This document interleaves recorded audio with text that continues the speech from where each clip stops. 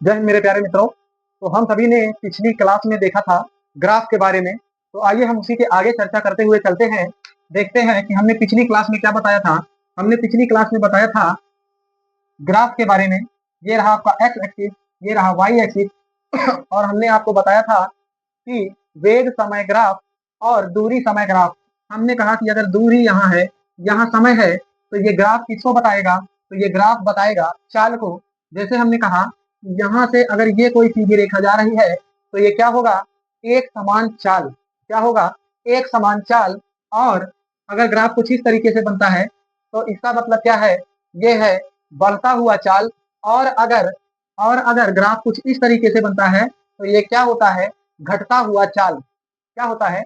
घटता हुआ चाल। वहीं पर दूसरी तरफ हमने बताया था कि अगर वेग समय ग्राफ है, क्या है? वेग और समय ग्राफ है, तो उसमें क्या बताएगा? ये ग्राफ बताएगा त्वरण को। ये ग्राफ किसको बताएगा? चाल को। और ये ग्राफ किसको बताएगा? त्वरण को बताएगा। किसको बताएगा? त्वरण को बताएगा। तो ये एक सीधी रेखा एक समान त्वरण को बताएगी और ये बताएगा घटता हुआ त्वरण। और ये वाला ग्राफ बताएगा बढ़ता हुआ त्वरण। कैसा त्वरण? तो बढ़ता हुआ त्वरण। इतनी चीजों की चर्चा हमने आपसे कर ली थी। अब वेग में हम आगे देखते हैं कि वेग से कैसे कैसे सवाल हमारे पूछे जा सकते हैं।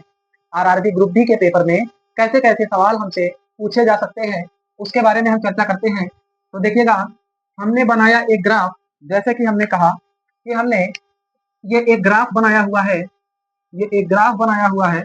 ये है आपका एक्स एक्सिस और ये है आपका वाई एक्सिस। कैसा एक्सिस? Y axis. अब हमने आपसे कहा, मान लीजिए हमने आपसे यहाँ पर दूरी दे दिया आपको और यहाँ पर समय दे दिया और हमने आपको यहाँ पर कुछ नंबर दे दिए, 0। यहाँ पर समय मान लीजिए 5 second, 10 second, 15 second, 20 second, 25 second, 30 second, 35 second और ये 40 सेकेंड। 5-5 के अंतराल पे, 5-5 सेकेंड के अंतराल पे हमने आपको समय दे दिया ग्राफ में।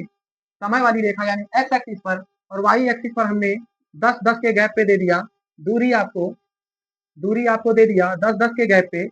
अब देखिएगा, अगर हमने ग्राफ कुछ इस प्रकार से बनाया है, ध्यान दीजिएगा कि हमने अगर ग्राफ, अच्छा ये दूरी और समय है तो ये ग्राफ किसको बताएगा? तो आप कहोगे सर चाल को बताएगा। और जब चाल को बताएगा तो आपको ग्राफ में कुछ इस प्रकार से दिया होगा। जैसे हमने कहा कि देखिएगा, हमने आपसे कहा कि ये दिया हुआ है, फिर उसके बाद कुछ ये दिया हुआ है और कुछ ऐसा चाल दिया हुआ है। ये भैया चाल को बताएगा। किसको बताएगा? चाल को बताएगा।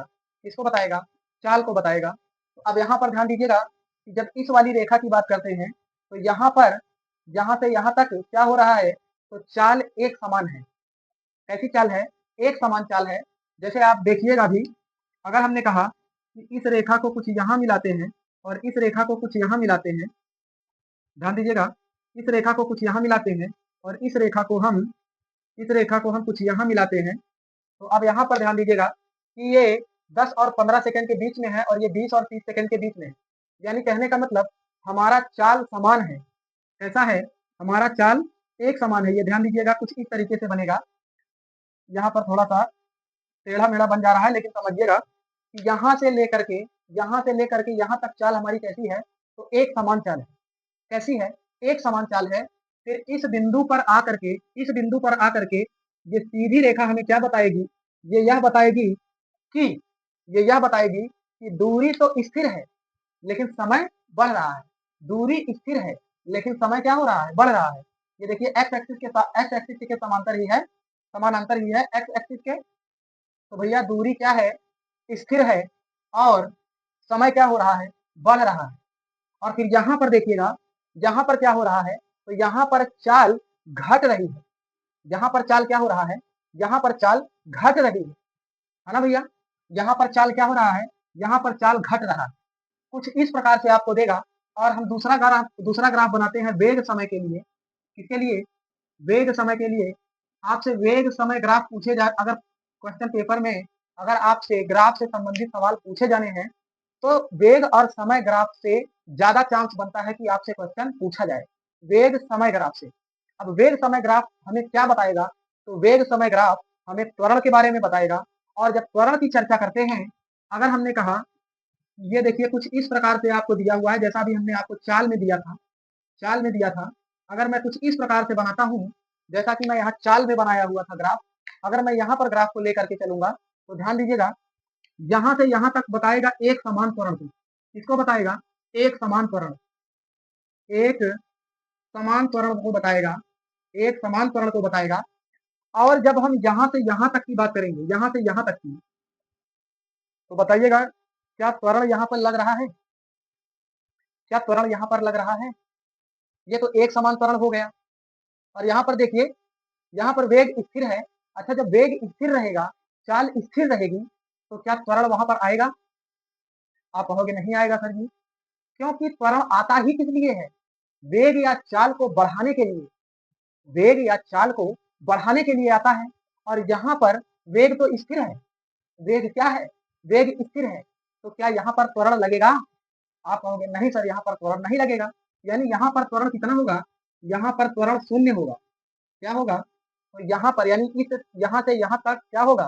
त्वरण शून्य होगा। और जब यहाँ से यहाँ तक की बात करेंगे, तो त्वरण घटेगा। क्या होगा? त्वरण घटेगा। और जब त्वरण घटेगा, तो क्या होगा? यानी देखिएगा, यहाँ से वेग तो बढ़ रहा था समय के सापेक्ष, तो जब वेग समय के सापेक्ष बढ़ रहा था और एक समान वेग बढ़ रहा था, तो यहाँ पर एक समान त्वरण होगा। और यहाँ पर त्वरण क्या है? 0। और यहाँ पर समय के सापेक्ष वेग क्या हो रहा है? घट रहा है। और जब हम घटते हुए त्वरण को क्या कहते हैं? मंदन कहते हैं। क्या कहते हैं? तो यहाँ पर क्या हो रहा है? यहाँ पर हो रहा है मंदन। क्या हो रहा है? मंदन। तो आपसे क्वेश्चन ऐसे ही पूछा जाएगा, मान लीजिए ये पॉइंट ए है, ये बी है, ये सी है और ये डी है। आपसे कहा जाएगा ए बी। ए बी क्या दर्शा रहा है? तो ए बी दर्शा रहा है एक समान त्वरण को। किसको दर्शा रहा है? तो एक समान त्वरण को दर्शा रहा है। और यहीं पर जब बात करते हैं बी और सी की, यहीं पे लिखे देता हूँ बी और सी की, तो बी और सी क्या दर्शा रहा है? बी और सी दर्शा रहा है कि त्वरण यहाँ कितना है? शून्य है। और जब सी और डी की बात करते हैं, सी और डी की, तो सी और डी किसको बता रहा है? तो सी और डी बता रहा है मंदन को। किसको बता रहा है? मंदन को। तो आपसे ऐसे ही सवाल पूछे जाएंगे। आपको कुछ ऐसा ग्राफ दे दिया जाएगा और कहा जाएगा बताइए ए से बी, बी से सी से डी। ऐसे ही करके आपसे ग्राफ में सवाल पूछे जाएंगे। ठीक है, तो यहाँ तक आप लोगों को आशा करता हूँ समझ में आया होगा, क्योंकि इसके पहले वाली क्लास में हमने आपको बता दिया था बढ़ता हुआ चाल, घटता हुआ चाल, एक समान चाल, बढ़ता हुआ त्वरण, घटता हुआ त्वरण और एक समान त्वरण के बारे में पिछली क्लास में हमने चर्चा कर रखी है। और इस क्लास में कुछ सवाल किस प्रकार से आएंगे वह यहाँ पर समझाने का प्रयास किया जा रहा है। अब देखिएगा इसके आगे, जब इसके आगे हम चर्चा करते हैं, इसके आगे हम चर्चा करते हैं, अगर हमने कहा, अगर हमने आपसे कहा कि बताइएगा, हमने यहाँ पर एक ग्राफ दे दिया, यहाँ पर एक ग्राफ दे दिया और हमने आपसे कहा कि मान लीजिए यहाँ पर दूरी और यहाँ पर समय, कोई समय दे रखा है और कुछ इस प्रकार का हमारा ग्राफ बन रहा है। कुछ इस प्रकार से हमारा ग्राफ बन रहा है। हमने कहा कि हमने यहाँ पर दे रखा है 0, यहाँ पर मान लीजिए 5, यहाँ पर 10, यहाँ पर 15 दे रखा है और यहाँ पर हमने आपको दे रखा है 10, यहाँ 20 और यहाँ पर 30 दे रखा है। इतना चीज दे रखा है। अब आप कहोगे, जब यहाँ से इस बिंदु को मिलाओगे तो आप कहोगे कि ये एक समान है, एक समान है। अब एक समान क्या है? यहाँ पर अगर हम दूरी और समय दे देंगे तो आप कहोगे एक समान चाल है। यहाँ पर अगर वेग और समय दे देंगे तो आप कहोगे कि एक समान त्वरण है। अब यहाँ पर आपसे क्या क्वेश्चन पूछा जा सकता है? आपसे क्वेश्चन ये पूछा जा सकता है कि जो ये स्थान घेर रहा है इतना, यानी हमने कहा कि अगर दूरी और समय ग्राफ में, दूरी और समय ग्राफ में यह जो स्थान घेर रहा है, यह जो स्थान घेर रहा है, इसका क्षेत्रफल क्या है? इसका क्षेत्रफल क्या है? तो जब इसके क्षेत्रफल की बात करेंगे तो इसका क्षेत्रफल आप कैसे निकालोगे? सिंपल सा आप निकलेगा इसका क्षेत्रफल, जैसे आप मैथ में क्षेत्रफल निकालते हैं। जैसे हमने कहा, यहाँ पर देखिएगा, यहाँ से यहाँ तक, ये वाली रेखा में यहाँ से यहाँ तक हम कहाँ आए हैं? 15 तक। और यहाँ से यहाँ तक कितना आए हैं? आप कहोगे गुरुजी 30 तक, है ना? और आप मैथ में कैसे निकालते हैं? जैसे हम आपको एक वर्ग दे दिए, आपको एक वर्ग दे दिए और आपसे हमने कहा कि इसकी कोई एक भुजा 4 है, इसकी कोई एक भुजा 4 है, तो इसका क्षेत्रफल निकालिए। तो आप कहोगे कि वर्ग का क्षेत्रफल 4 का स्क्वायर कर देंगे तो आ जाएगा 16। क्या आ जाएगा 16, यानी अगर हमने 4 सेंटीमीटर दिया है तो इस वर्ग का क्षेत्रफल कितना आएगा, आप कहोगे 16 वर्ग सेंटीमीटर। 16 वर्ग सेंटीमीटर। अगर किसी कोई आयत दे रखा है, किसी आयत का क्षेत्रफल आपको निकालना है, हमने कहा कि लंबाई इसकी दे रही है 15 और चौड़ाई दे रखा है 10, तो इसका क्षेत्रफल आप कैसे निकालते हैं, तो लंबाई गुणे चौड़ाई यानी 15 सेंटीमीटर ये और 10 सेंटीमीटर ये, और इसका क्षेत्रफल यानी एरिया लंबाई गुणे चौड़ाई, तो आप इसका एरिया कैसे निकालोगे, लंबाई गुणे चौड़ाई यानी 15 गुणे 10 बराबर 150 वर्ग सेंटीमीटर। आप ऐसे ही निकालते हो क्षेत्रफल। बस सेम कॉन्सेप्ट यहाँ पर भी लगेगा, और जब सेम कॉन्सेप्ट यहाँ पर लगेगा तो यहाँ पर देखिएगा, यहाँ हमने कितना चला है 15, एरिया निकालना है तो यहाँ पर हम कर देंगे 15 गुणे ऊपर हम कितना गए हैं 30, तो 15 तिया कितना होता है, 15 तिया 45, तो 450। अब यहाँ पर समय क्या दे रखा है, समय और दूरी, तो जब हम इसका एरिया निकालते हैं, क्या निकालते हैं, एरिया निकालते हैं, तो एरिया हमारा क्या बताता है, एरिया बताता है दूरी को। किसको बताता है, तो एरिया बताता है दूरी को। और यहाँ पर जब दूरी का मान लिखेंगे, यानी दूरी का मात्रक हम क्या लिखते हैं, मीटर, क्या लिखते हैं, मीटर, तो आ जाएगा 450 मीटर। क्या आ जाएगा, 450 मीटर। जो हमारा ये एरिया है वो किसको बताएगा, ये एरिया हमारा बताता है दूरी को। किसको बताता है, तो एरिया बताता है दूरी को। अब दूरी को कैसे बताएगा, ध्यान से समझिएगा कि हमने आपसे कहा ये बताता है ग्राफ, चाल को बताता है, और आप क्या पढ़ते हैं, चाल बराबर दूरी बटा समय। आप क्या पढ़ते हैं, चाल बराबर दूरी बटा समय। तो जब आप दूरी को निकालेंगे तो दूरी आएगी चाल गुणे समय। क्या आएगा भैया, चाल गुणे समय। और जब हम यहाँ पर चलते हैं, देखिएगा यहाँ पर तो 30, यहाँ पर हम क्या चले हैं 30, और ये वाला पॉइंट देखिएगा, ये वाला पॉइंट यहाँ पर हम 30 चले हैं, यानी 15 सेकंड में 30 चले हैं, तो ये वाला हमारा दूरी को बताएगा, क्योंकि ये खुद चाल का ग्राफ है। किसका ग्राफ है, तो आप कहोगे चाल का ग्राफ है। किसका ग्राफ है, चाल का ग्राफ है। और जब ये चाल का ग्राफ है तो 30 हमारा चाल है और समय कितना है, 15 सेकेंड। 30 हमारा चाल है और समय क्या है, 15 सेकेंड।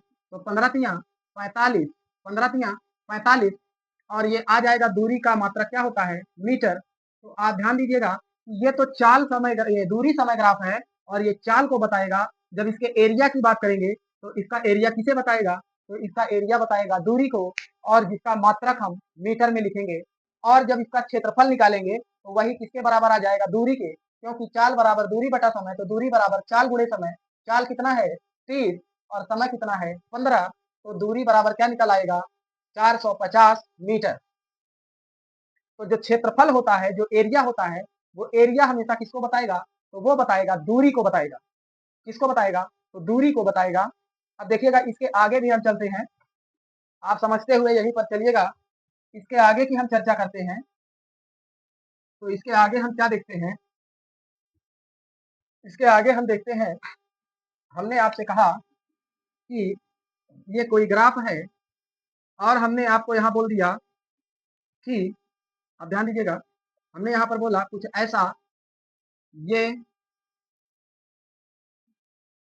कुछ ऐसा दे रखा है, यहाँ पर पॉइंट ए, यहाँ पर पॉइंट बी, यहाँ पर पॉइंट सी, ये डी और ये ई, ये एक्स एक्सिस है, ये वाई एक्सिस है।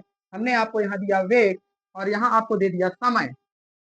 समय, अब ये ग्राफ किसको बता रहा है, ये वाला ग्राफ किसे बता रहा है, तो आप कहोगे कि ये वाला ग्राफ सर जी किसको बता रहा है, तो ये ग्राफ बता रहा है त्वरण को। किसको बता रहा है, त्वरण को बता रहा है।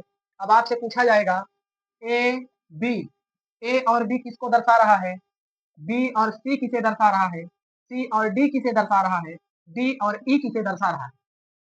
आपसे यही क्वेश्चन पूछा जाएगा, A B B C C D और डी ई, ये जो रेखाएं हमने खींची हैं, तो ये रेखाएं किसको बता रही हैं, तो देखिएगा ए और बी, ये ए बी किसे बता रहा है, तो ये ए बी बता रहा है कि यहाँ पर त्वरण क्या हो रहा है, बढ़ रहा है। और जब बी सी की बात करते हैं तो बी सी में क्या हो रहा है, त्वरण घट रहा है। और जब सी डी की बात करते हैं तो सी डी में त्वरण क्या है, सी डी में त्वरण शून्य है। और जब डी ई की बात करते हैं तो यहाँ भी त्वरण क्या बता रहा है, घटता हुआ त्वरण बता रहा है। क्या बता रहा है, तो घटता हुआ त्वरण बता रहा है। अब आप बस फोकस करके यहाँ पर पढ़िएगा।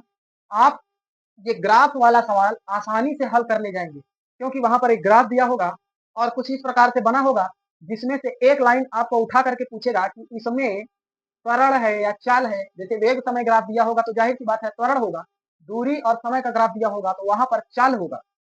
जब वेग और समय ग्राफ दिया होगा, आपसे कोई एक रेखा उठा लेगा, चाहे सीडी उठा ले, चाहे डीई, चाहे बीसी, चाहे एबी, एक रेखा उठा करके आपसे पूछेगा कि निम्नलिखित में से क्या है?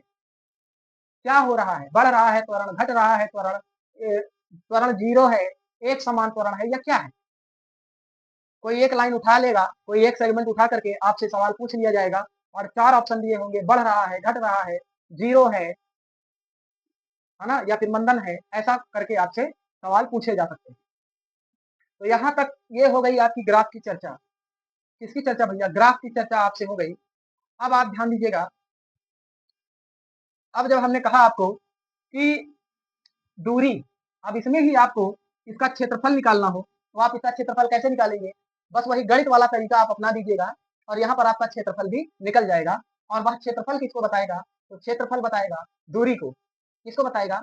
दूरी को बताएगा। अब यहाँ पर आप क्षेत्रफल कैसे निकालेंगे? तो ध्यान दीजिएगा कि यहाँ से आप इसको मिला दीजिए, यहाँ से आप इसको मिला दीजिए। अब देखिएगा ये आपका बन गया एक त्रिभुज। क्या बन गया?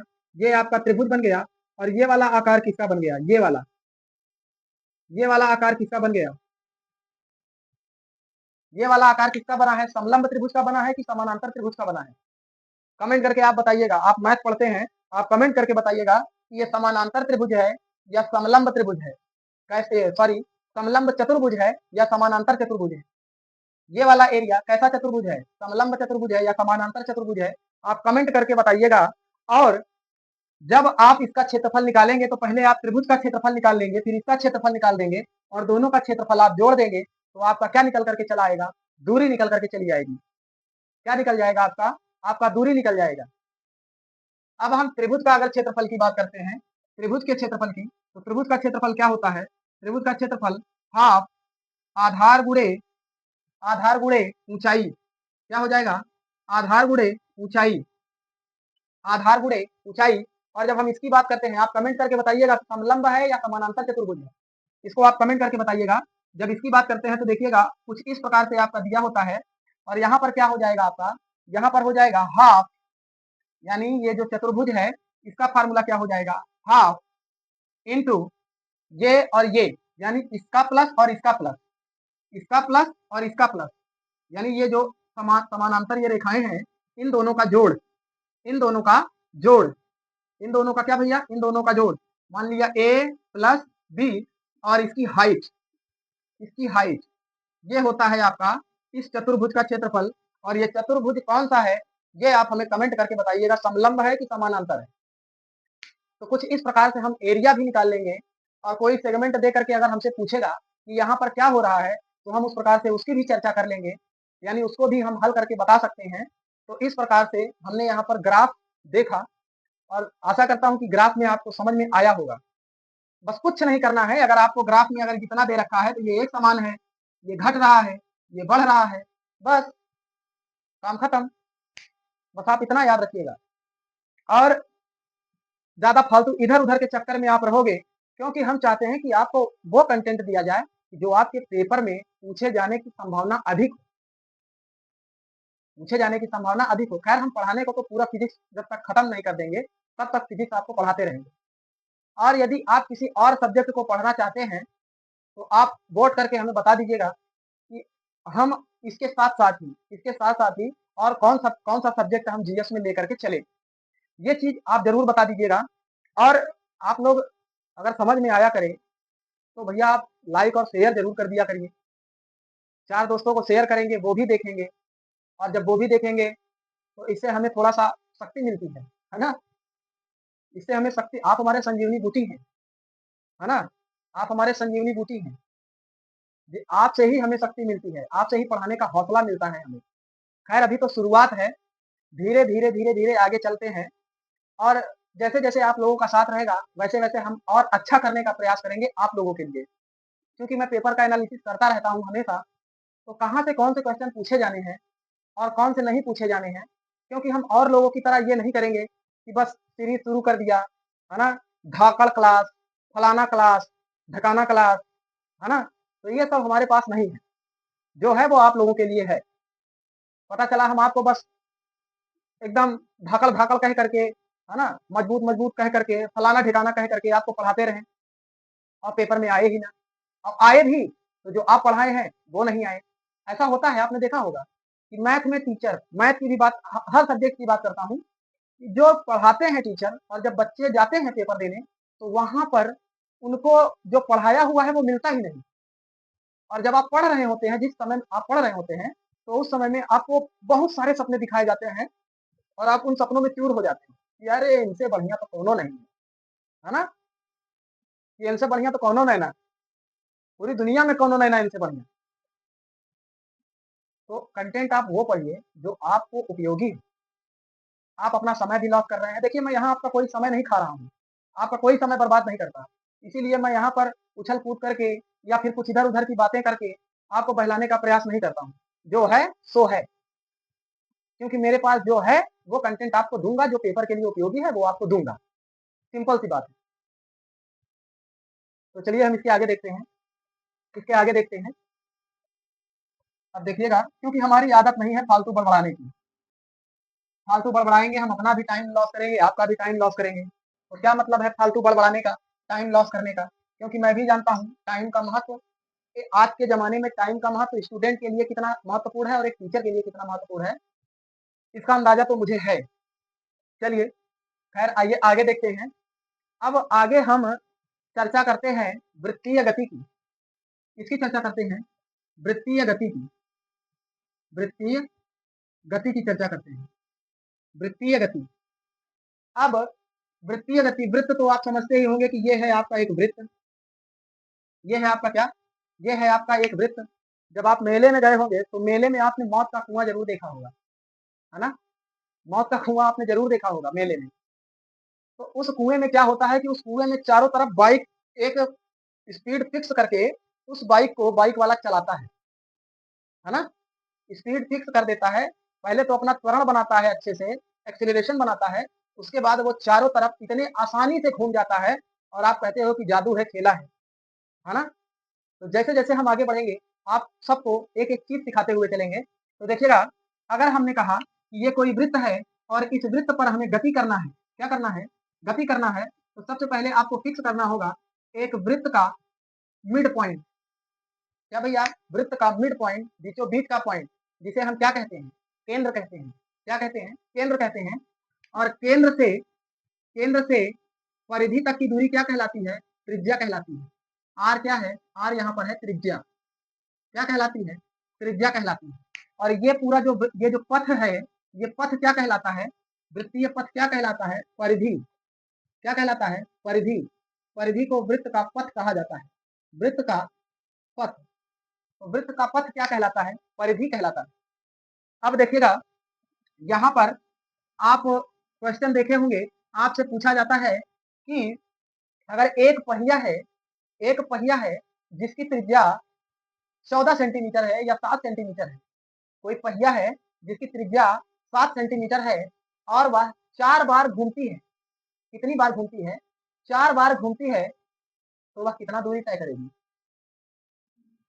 आपसे ऐसा क्वेश्चन पूछा जाता है कि अगर कोई पहिया है जिसकी त्रिज्या 7 सेंटीमीटर है और वह 4 बार घूमती है, तो वह कितना दूरी तय करेगी? तो ध्यान दीजिएगा, ये हमने वृत्तीय पथ पर अगर एक बार गति कर दी, मतलब एक बार हम यहाँ से यहाँ तक चले आए, यानी हम इस पॉइंट से घूम करके फिर से इसी पॉइंट पर आ गए, तो एक चक्कर पूरा हो गया। एक चक्कर पूरा हो गया ना भैया? आप कहोगे हाँ सर, एक चक्कर पूरा हो गया। और जब एक चक्कर पूरा हो गया, एक चक्कर पूरा हो गया, एक चक्कर पूरा हो गया, एक चक्कर पूरा हो गया, तो वह एक चक्कर किसके बराबर होगी? तो वह एक चक्कर परिधि के बराबर होगी। एक चक्कर किसके बराबर होगा? परिधि के बराबर होगा। और यह जब एक चक्कर परिधि के बराबर होगा, तो वृत्त की परिधि का फार्मूला क्या होता है? तो वृत्त की परिधि जो होता है वो क्या होता है? 2 पाई आर। क्या होता है? 2 पाई आर। और यही जो परिधि हम एक बार घूमे हैं, जब हम जैसे देखिए, हम ये कुछ दो जी, यही यही थाली दो, यही थाली दो। जैसे देखिएगा हम ये एक थाली थाली लिए हुए हैं। हमने कहा कि हमने थाली यहाँ से यहाँ पकड़ा हुआ है, यहाँ से यहाँ। अब हम अगर इसको एक बार ध्यान से देखिएगा, इसको एक बार यहाँ से चला करके पूरा एक बार घुमा देते हैं। ये देखिएगा, एक बार हमने घुमा दिया, फिर से देख लीजिएगा, हमने एक बार इसको पूरा घुमा दिया। तो अब आप बताइएगा कि जब ये एक बार घूमेगा, अब इसको कैसे लुढ़का के बताएं जी। देखिए कैसे लुढ़का के बताएं। जैसे हमने कहा कि यहाँ पे है, हम कुछ इस प्रकार से अगर एक बार इसको घुमा देते हैं तो ये देखिएगा ये कुछ दूरी तय किया, यहाँ से यहाँ तक कुछ दूरी तय किया है ना। जैसे हम यहाँ से एक बार इसको आगे की तरफ लुढ़काएंगे तो देखिए एक बार चक्कर हुआ, लेकिन कुछ ना कुछ यहाँ पर दूरी तय किया, दूरी तय किया। और वो दूरी किसके बराबर थी? वह दूरी इस थाली के परिधि के बराबर थी। किसके बराबर थी? तो इस थाली के परिधि के बराबर थी। पकड़ो जी। तो ये जो परिधि है, ये परिधि है, ये एक चक्कर में तय की गई दूरी है। एक चक्कर में क्या है? एक चक्कर में तय की गई दूरी है। तो ये जो परिधि है, ये क्या है? एक चक्कर में तय की गई दूरी। एक चक्कर में तय की गई दूरी ही क्या है? परिधि, यानी 2 पाई आर। क्या है? 2 पाई आर। अगर हम आपसे कहें कि चार चक्कर में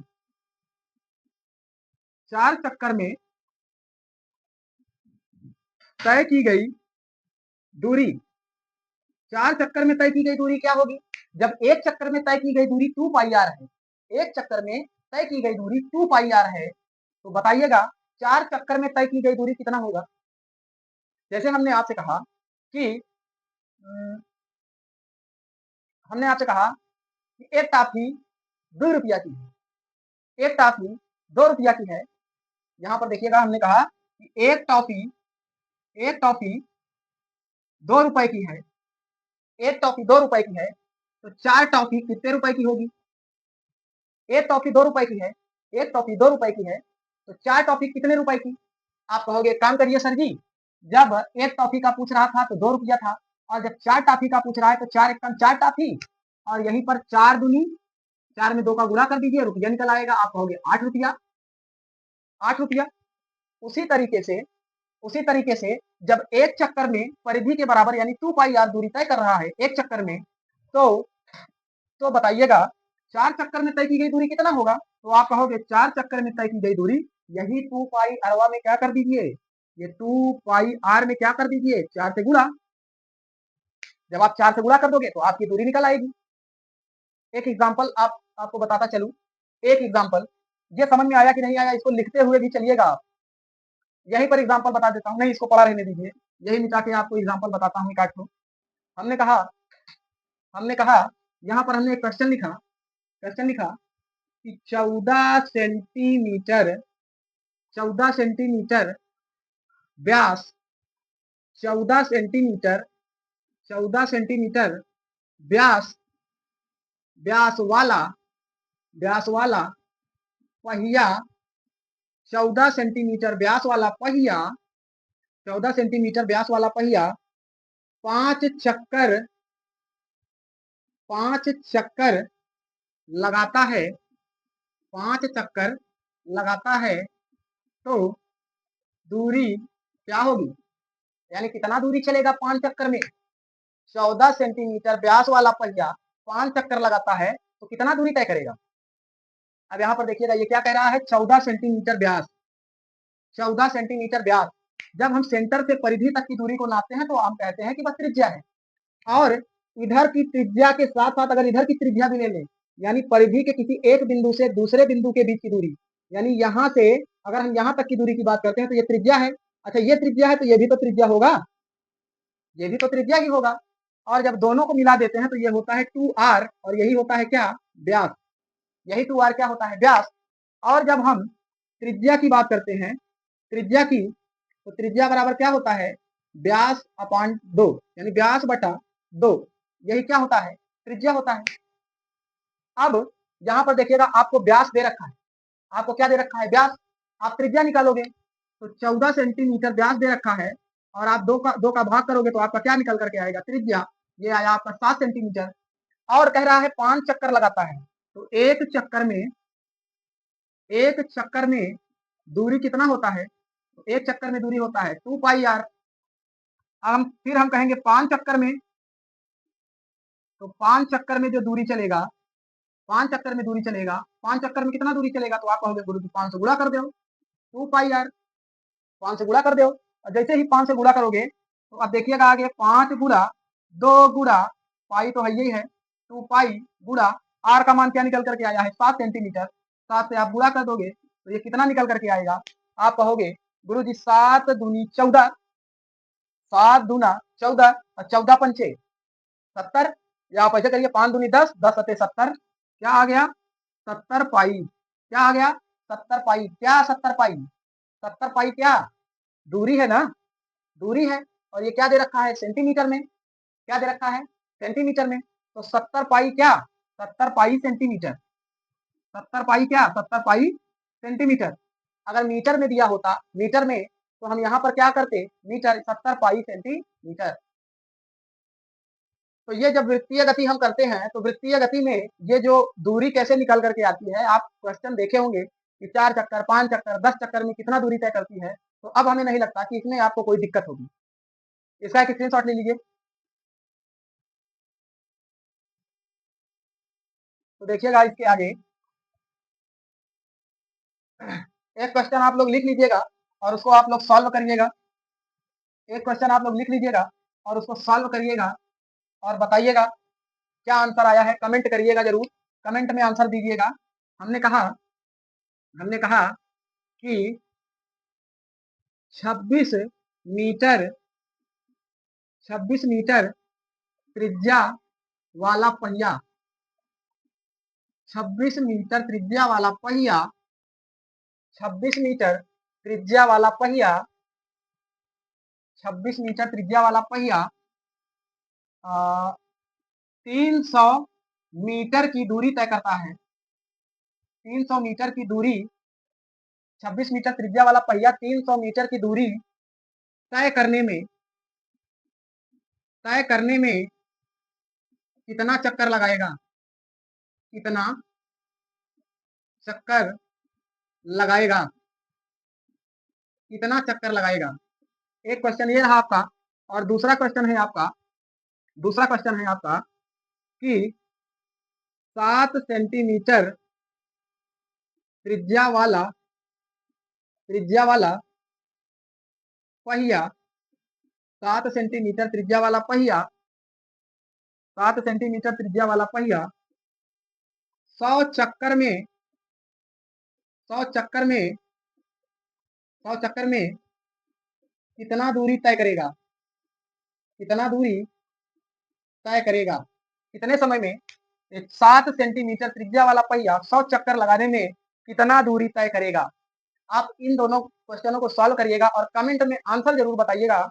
और हम अपने अगले क्लास में आप लोगों को कोणीय वेग और रेखीय वेग, ये दोनों कल की क्लास में हम चर्चा करेंगे। और अगर कोणीय वेग और रेखीय वेग खत्म हो गया उसी क्लास में तो हम उसके आगे चर्चा करेंगे प्रक्षेप्य गति यानी प्रोजेक्टाइल मोशन। यानी कल के क्लास में हम एंगुलर वेलोसिटी और लीनियर वेलोसिटी की चर्चा करेंगे और उनके संबंधों के बारे में जानेंगे कि एंगुलर वेलोसिटी यानी कोणीय वेग और रेखीय वेग में क्या संबंध होता है, इसकी चर्चा भी हम करते हुए चलेंगे। तो आज के लिए इतना ही। आप सबको धन्यवाद। जय हिंद।